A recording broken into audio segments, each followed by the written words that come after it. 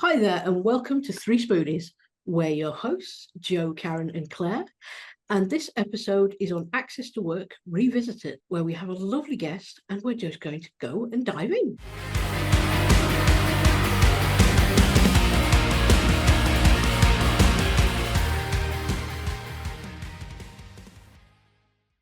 Three Spoonies is sponsored by Grow Radio.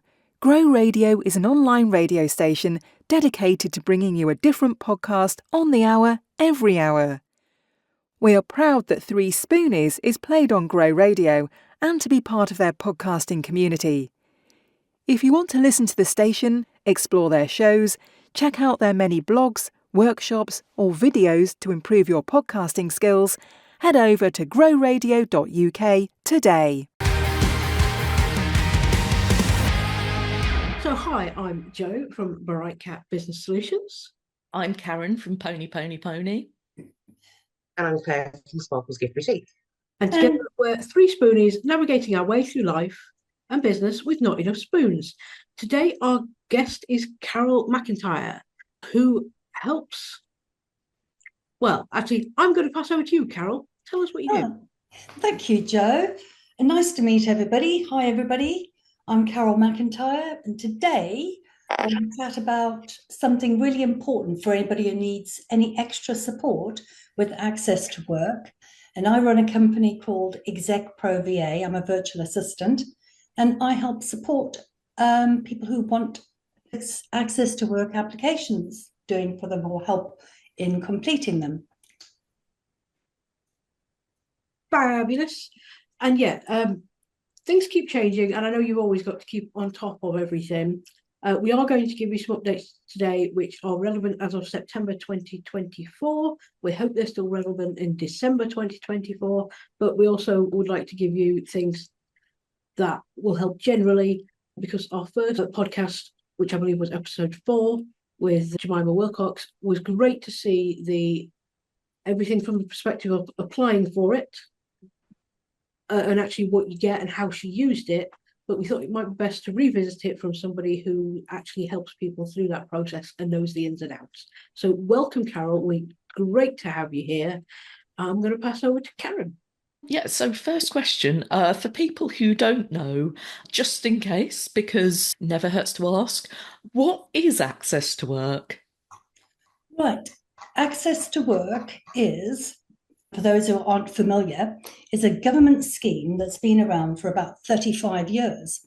And it's there to help people who have disabilities or health conditions to get the support they need to do their jobs or to work in their own business.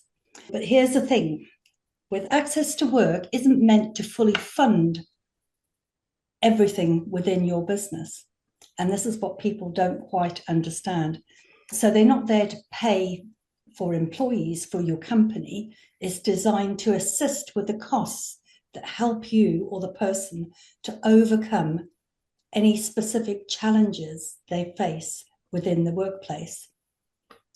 Now, I've been supporting people with their access to work applications for a number of years now, and I've noticed that many people don't quite understand this. Access to work is about providing the help, the right help, things like specialised equipment, transport costs, and even some costs for a support worker. And it's there to make work more accessible, not to cover everything fully. And I think that's a fundamental part of what people don't quite understand about access to work. So if there's somebody that you know needs support at work due to a disability or health condition, access to work can help, and that's what it's there for. So there have been a number of changes with access to work since April this year. And do you want me to go into those now, or do you want to ask another? Oh, please do. Okay. There's been, not many people know this, but there's been an increase in the grant cap, and it's increased to £69,260 per year. And that started on 8th of April 2024. And that's to keep up with inflation and provide the support for anybody that needs it. There's also a new application process, which they've now rolled out since April this year. So access to work can be applied for fully online, and to make the process a lot easier and faster, and it reduces the paperwork as well. However, anybody that doesn't want to go online or can't go online, there's still the paper method that can be used, although that does take longer. There's been an update for support on flexible working as well. So the scheme will now better be able to support remote and flexible working with an updated assessment criteria and support for home working setups and other flexible arrangements. All these changes are aimed to make the workplace more accessible and reduce the barriers for disabled people, and that's what the access to work is for.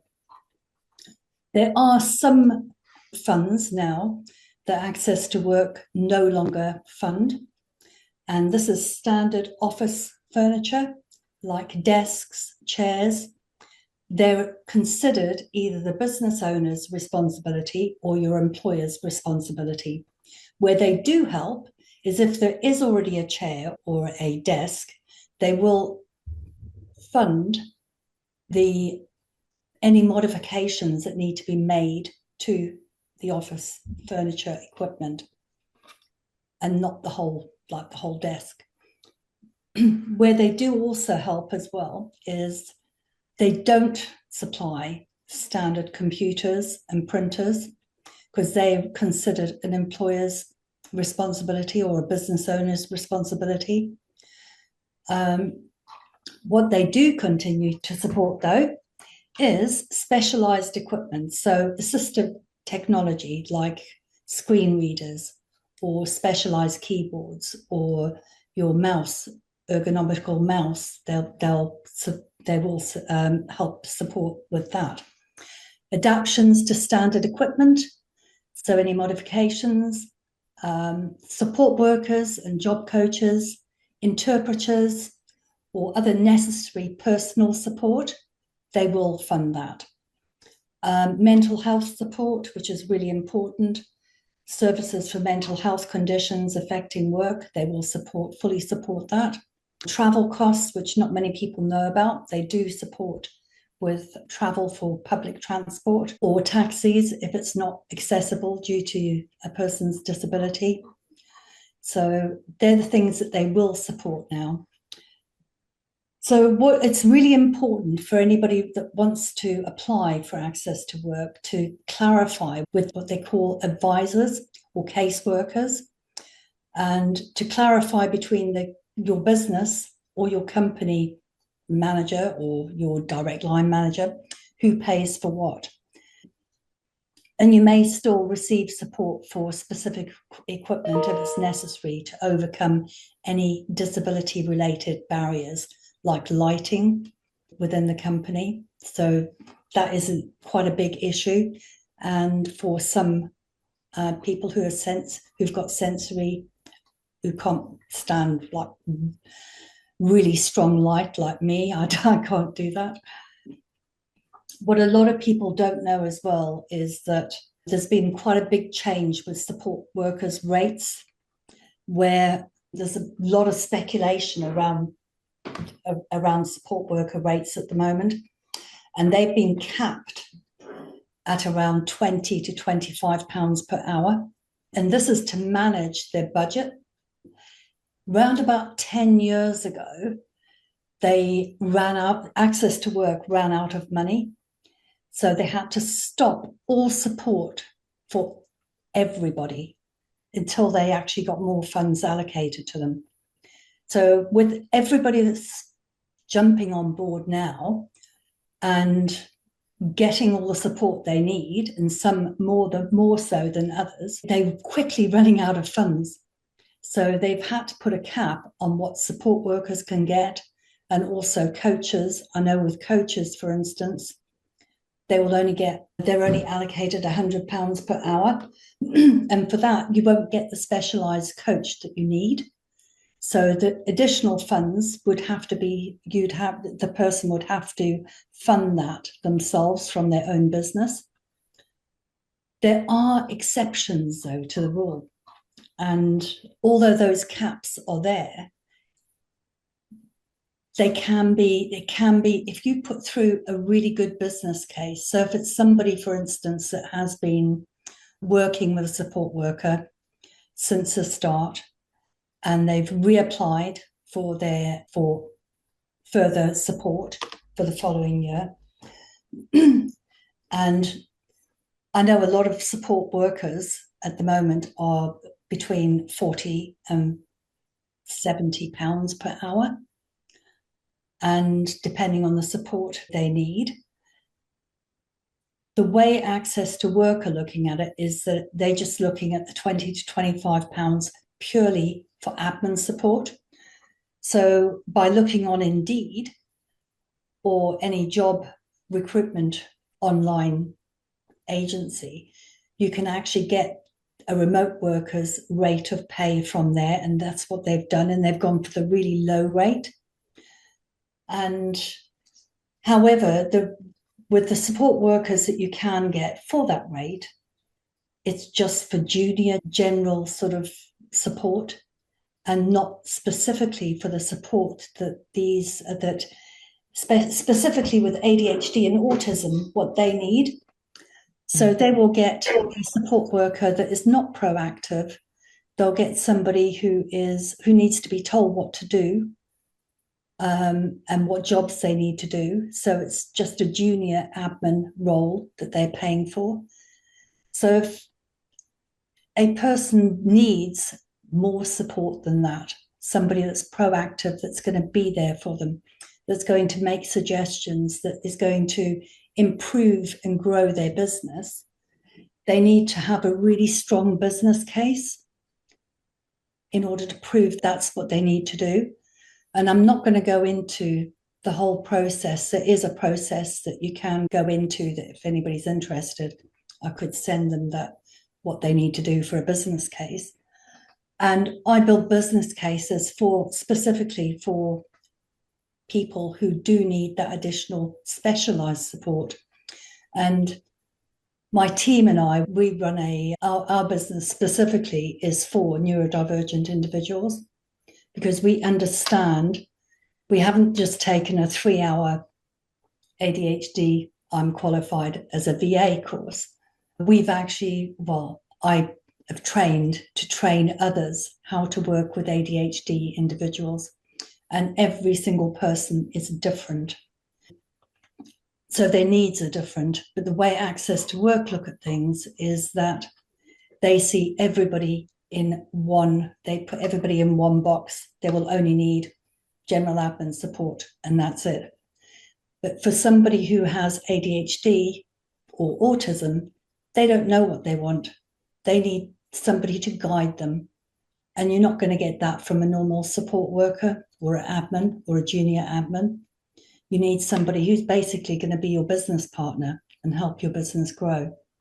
And that's what I help people to get, and get the support that they actually genuinely need.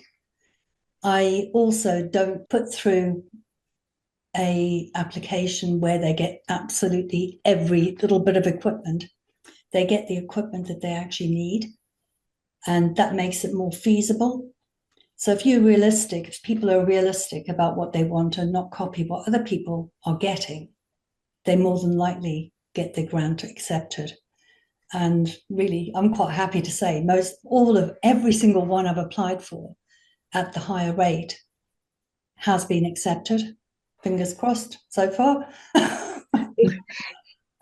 Fabulous. Right, we're going to take a pause there because it's time for some spoons full of loneliness and loads of great things from our sponsors.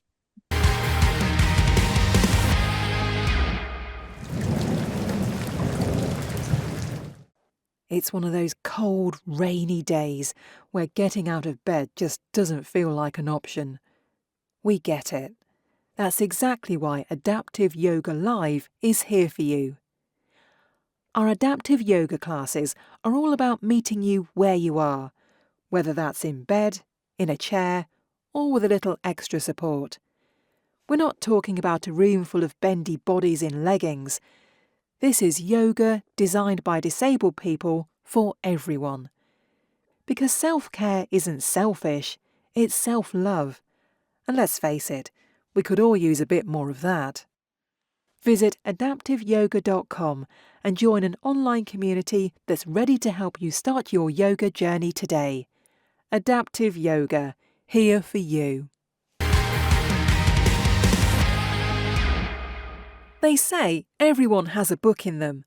Well, that was surely the case for Lisa J. Rivers when she wrote her first book back in 2014.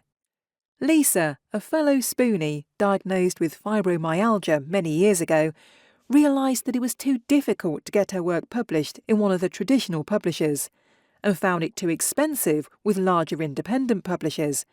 So she decided to set up her own publishing company, Green Cat Books, in 2017.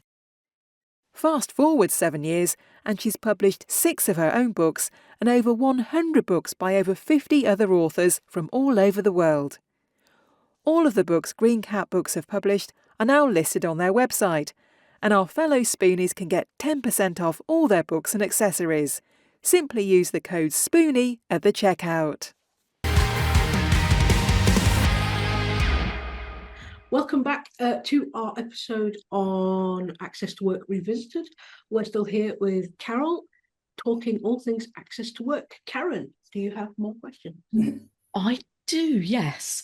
In terms of support workers or coaches, if I'm already working with someone, should I put that on the application? And would that be seen as a positive because it's necessary? Or would that be seen as a negative because I could afford to fund it myself? How is that likely to be perceived? Well, I think what they would do is take a look at the previous year. So what they're doing at the moment, which they didn't do before, is they're asking for your tax return for the previous year. And it makes sense if they can see that the company that you're working with or that you're supporting has made some growth within their business. They will more than likely approve it quite a lot quicker than somebody who has just not moved in their business at all. And I think that goes without saying for any business.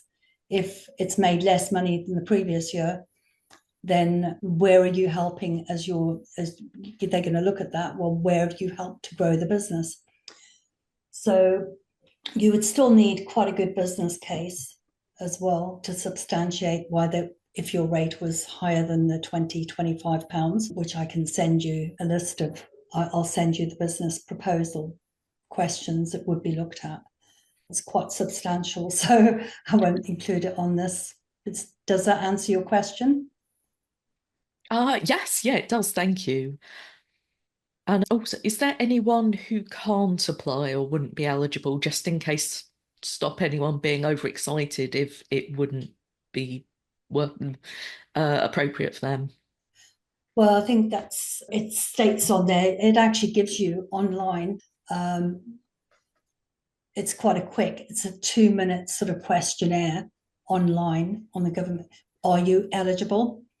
And anybody going in there, there are quite simple questions I can't remember them all off the top of my head, but there's about 3 questions that they ask, and 9 times out of 10, most people are eligible. People know if they have ADHD, autism, dyslexia. Most people are eligible that do apply because they realise that they need that help. So, for instance, somebody that hasn't got any, who isn't autistic or isn't ADHD, wouldn't even get past the first 3 questions. That also counts for physical disabilities as well. Yes, it does. And any others. Claire, do you have any questions? No, the one I had Karen just asked, actually. I'm sorry. That's okay. So, because I'm guessing as well, like, it's pretty much, is it like a government funded or donations for them to get the funds to help people? It's government funded. And as I say, it's been going for 35 years.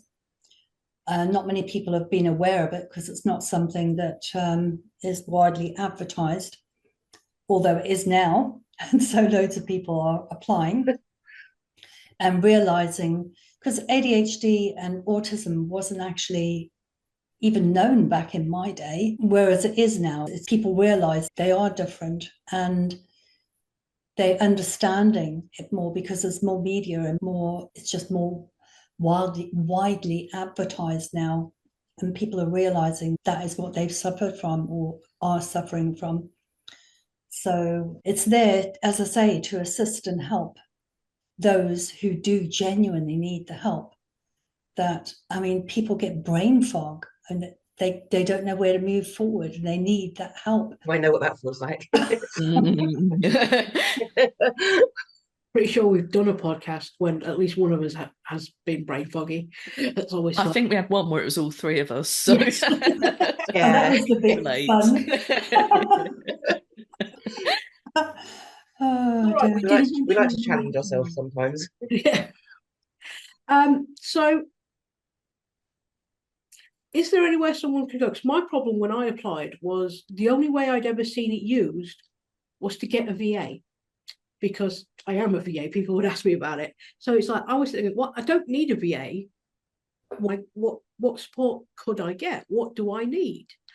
Is there any place for anyone to go that, like, that's their starting point of I don't know what I need? The initial thing is to go online, which I'll send you the link after this. I'm sure you have it anyway, Joe, and complete the application form. And you can do that. Most people can do that online now. And you don't have to be diagnosed. Although if you are diagnosed, it doesn't really make any difference. You actually, if you know you've got ADHD, you've got ADHD. If you know you're autistic, you know you're autistic.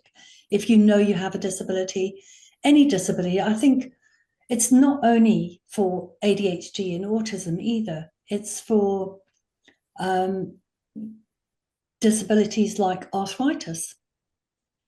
If you're doing a job and your job is like mine, typing, or you're a support worker and you need to type, and if you've got arthritis in your hands, you need that assistance. That's also a disability. So it's not only about ADHD and autism, it's about your ability to be able to sit in the chair and do whatever.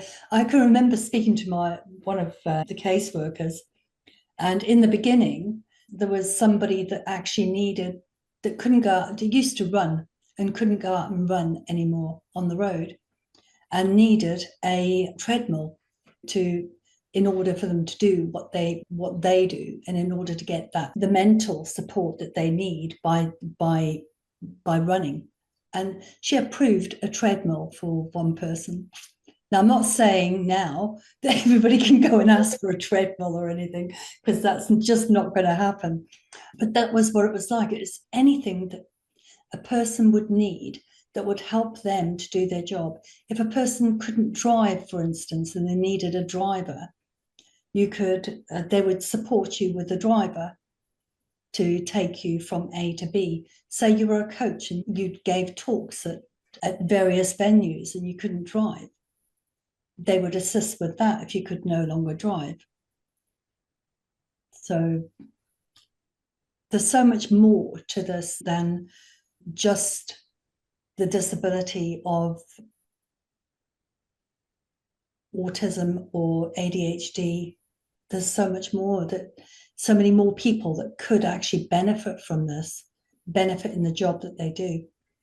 And I'm a massive advocate of inclusivity in the workplace, whereas a lot of employers really do need educating on how to actually cope with individuals who do have ADHD and do need that secure space, who can't go into meetings, who don't speak out, and to give them a voice as well.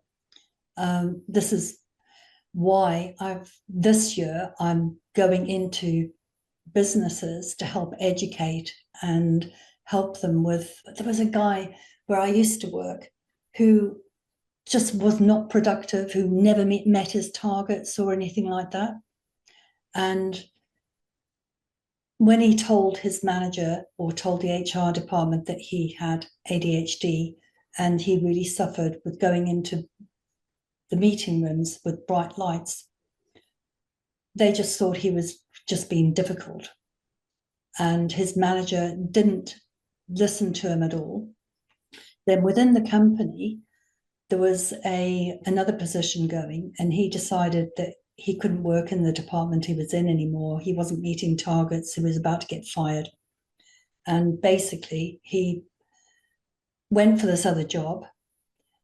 The manager that he spoke to understood ADHD because he was autistic himself, employed Joe, we'll call him Joe, and Joe went on he was given a seat in an area of the office. It was a massive module. And they took the lighting out from above so that the lighting was less harsh on his eyes. They had a room that was booked out daily, just simply for anybody that just needed some release or somewhere to go, a quiet place. And Joe went on. He's now one of the top managers. He's a director now of this company, whereas he would have been suppressed by this other manager. And if people understood exactly what it is, that how to actually work with ADHD instead of against it, because it wasn't only the manager, it was all the employees as well, because the manager would go gossip about, not meeting his targets again. So all the others that were actually trying to get the targets up, because it was all target driven, which a lot of companies are, especially in corporate, they basically also were all against Joe. And so it's all a matter of understanding and working with people. And this is what a lot of companies and people don't understand. You can get the best out of people just by making a few minor adjustments at work and being a bit flexible as well. Some people's, I work best in the mornings. Other people work best at 12 o'clock at night. So be flexible. I can see Claire laughing there. Are you one of the 12 o'clock at night ones? No, that's Joe. Joe's definitely a late worker sometimes. I know. Yeah, so long as I'm not too tired. Yeah, but it's all the things you don't know. And I'm so glad you mentioned lighting, actually, because I didn't realise how much it was affected by lighting. And I'm saying this as someone with a perma migraine. It wasn't until I put a dyslexia filter on my screen and it wasn't hurting my eyes so much that I went, hang on, light. But things that it literally wouldn't occur to you. I mean, if someone has been newly diagnosed with something or they're still looking for a diagnosis, is there someone they can speak to get ideas? Like, is it worth speaking to a friend who might say, oh, you struggle with this? Or is it worth speaking to a charity or something else who might be able to advise, here's some things that might help with your condition? There are quite a few online, and ADHD UK, I think, is a really good one. They give a lot of advice, really sound advice. There's also, I'll send you a list of all of all the charities that are actually really good and there's also a list of who you go to get diagnosed and who can help you through that diagnosis. That would be really good, and we'll pop everything in the show notes so people can find it. I'll pop that over to you. I don't have all the email addresses and all the links on the top of my head. We wouldn't expect you to. That's a bit much, to be honest. We're not that mean. But there are so many that aren't really good either. And there are also quite a few good tests that you can take just to test to see whether you are, if somebody wants to do that before they even apply. And it's all online and it's all a tick box. I'd be interested in that for science. Yeah, it's really, really interesting. And a lot of people have ADHD and don't even know it. Yeah, I think the three of us are gradually coming to terms with varying levels of neurodiversity. So who knew? I think everyone is on the spectrum of diversity somewhere. Just there's so many different levels. And I know we've touched on it before on another topic, about like people's awareness of whether it's ADHD, autism, or your hidden disability. And it's like Carol's going into offices to try and help people understand it more. It needs to start at a younger level now because my son Dylan was diagnosed with autism when he was 4. So, and I've only learned so much because I have him, whereas I knew nothing about it before. Yeah. And so many people, it comes across sometimes as a bit maybe ignorant or narrow-minded. I hope I haven't offended anyone, but it's unless you know someone in that situation or you're around someone with that condition, you don't know. Yeah. A And there's lot of not much help out there either to find out if you don't know what you've got and you don't know where to look. Well, that, and because it's common in families, often it's so normalized within a family that it's like, oh, well, everyone does that. And it's like, no, it's not necessarily everyone. It's like maybe that's traits within your family. My uncle was diagnosed in his 60s with autism. And we all kind of went, well, yeah, probably not a surprise. But I've worked with SEND students for years, and it was a real revelation to go, oh, hang on, I kind of do that. So Well, the thing is, with a lot of people, what they do is when they're speaking to their friends and they're saying something that is, say you want to go from A to B. Now, I'm quite anxious when I travel because I like to know where I'm going, as does anybody.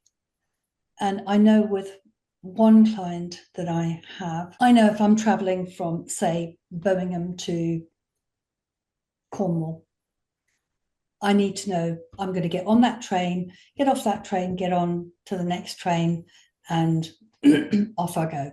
Yeah. With somebody who's anxious and who's got ADHD, and they say, "Oh, I really need to plan to get to where I'm going. Otherwise, I get anxious." And with a neurotypical person, they'll say, like me, I'll say, yeah, I get anxious too, so I know exactly where you're coming from. No, it's not the case, because somebody who has ADHD or autism, that feeling of anxiousness, however a neurotypical person feels, you can times that by 1,000. And the anxiety that person will feel who has ADHD or autism is 1,000 times worse than what you would ever feel as a neurotypical person. I don't like saying neurotypical or neurodivergent, but we did cover this in our episode on travel on business trips, at the point of we have to overplan so much. We know exactly where we're going, where we need to be, when, Yeah. and we need to have a contingency plan if it all goes wrong. And Yeah. imagine that's different. If something goes wrong when someone is just a bit anxious, they'll deal with it. Yeah. For somebody who's neurospicy, that's their day ruined, and they don't know what to do at that point. You can go into absolute freeze mode. I have a client who goes traveling, needs a hotel where her wheelchair will fit. Her wheelchair is a lot bigger than the normal wheelchairs that you would get normally in any hotel. And most hotels think they have access to, they have accessibility rooms. However, they don't take into consideration size of the wheelchair. They don't take into consideration going into the bathroom. The wheelchair never fitted in the bathroom at one place that we went to. We had to get her and even after all the tick boxes, have you got this? The wheelchair is this size. Yes, it will fit. They still didn't have it. But as far as travel goes, you have to plan minute by minute. So even to the extent where I had to phone the garage where I knew she would be stopping for fuel to get somebody, an attendant, to go out to meet her at the car so that they could put the fuel in for her. They're the minute by minute detail things that a neurodivergent or an autistic person needs. And I was on the other end of the phone with her while she was going into the hotel, while she was driving into the hotel, making sure she got the parking place, making sure I had the reception on the line so somebody could go out and meet her by the car in order to help her out and get her in.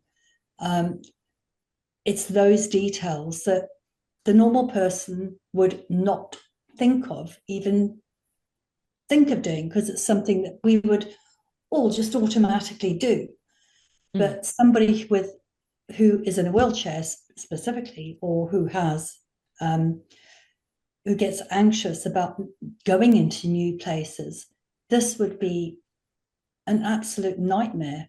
Also, speaking on stage, for instance, making sure that the event has that it has a stage where somebody who has got a disability or who is in a wheelchair can actually get up and...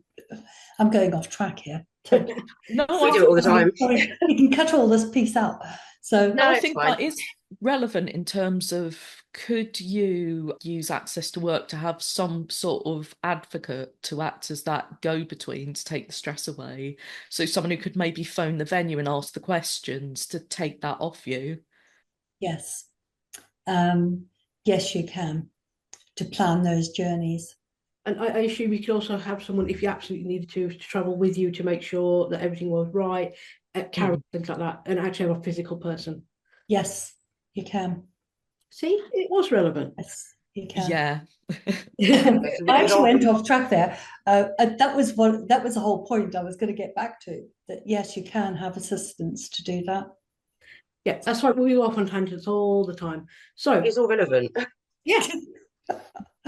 Any last tip on someone who's thinking about applying for Access to Work, but isn't sure they need it, or they're a bit nervous, or they're not sure what to do? If they don't know, there are a lot of people out there who are put off by what they think is going to be quite a process, and a lot of people who just don't like filling in forms, don't know where to start. I have one client who completed her Access to Work application, and I'm surprised she even got an answer from Access to Work, because it was so not filled in. Most of the questions weren't even answered. Basically, she just needed a lot of help, and her Access to Work application did take longer, because basically we had to redo it from scratch.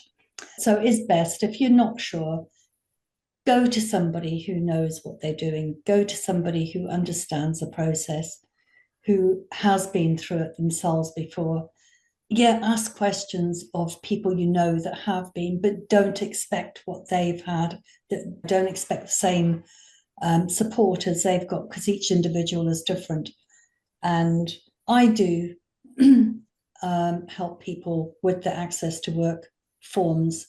And on that note, Carol, please plug what you do. Okay, I'm a virtual assistant that works specifically for neurodivergent clients. I love working with ADHD and autistic business owners, because they're my kind of people. They're totally honest, down to earth, and it's where I can give the most value. I give more than what I get back, I would imagine. And I just love working with them. And if anybody's interested in working with me, I'm www.execprova.co.uk, and just get in touch with me on my website, which I'm sure Joe will put the link down. Yeah. Oh, well, it's not me that does the show notes, it's Claire. I'll do that. I do delegate some things. I may organise all this, but I do delegate some things. Well, and anybody that knows anybody that needs or has a company that could do with some help with Access to Work, knowing what they can do to help their employees, ask them to get in touch. And any VAs who are, or any aspiring VAs who are ADHD, I like to work with and help them, support them. So I'll train them. They already know about ADHD, but they know about themselves. And I find that they make the best virtual assistants working with ADHD clients, because they understand where they're coming from. And yeah, and my whole vision is not only to help ADHD business owners, but also anybody that is ADHD who wants to work remotely from home, to help support them, because they would never get a job in the normal sort of like corporate world. So I really want to help them as well. Everybody wants to feel valued and that they can do something, and everybody has knowledge. And I have one ADHD client who is a fitness trainer who is absolutely phenomenal with Excel spreadsheets, self-taught, and she does my Excel spreadsheets for me because she is just so fantastic. And she didn't even know she had that. She did it for herself. She didn't even know that she had that skill. So she earns money through my company as well as one of my VAs. So, and this just helps her as well. Yeah, if somebody loves spreadsheets, that's what they should be working on, because everybody else hates them. I know. I just hate pivot tables. Yeah. But some people are fantastic with numbers and formulas. Yeah. She can create formulas that baffle my brain. It's clearly magic and not. It is magic. So anyway, thank you for joining us on this episode, and thank you for joining us 3Spoonies on this episode on Access to Work Revisited. We'd love to know your thoughts in the comments, and don't forget to subscribe for our weekly podcast and leave us a review. You can find us on social media, and we'd love it if you join us in the Business Success Network for Disabled Entrepreneurs Facebook group. You can also buy us a coffee if you like what we do. All the links mentioned today will be in the show notes. Have a great day and keep track of your spoons.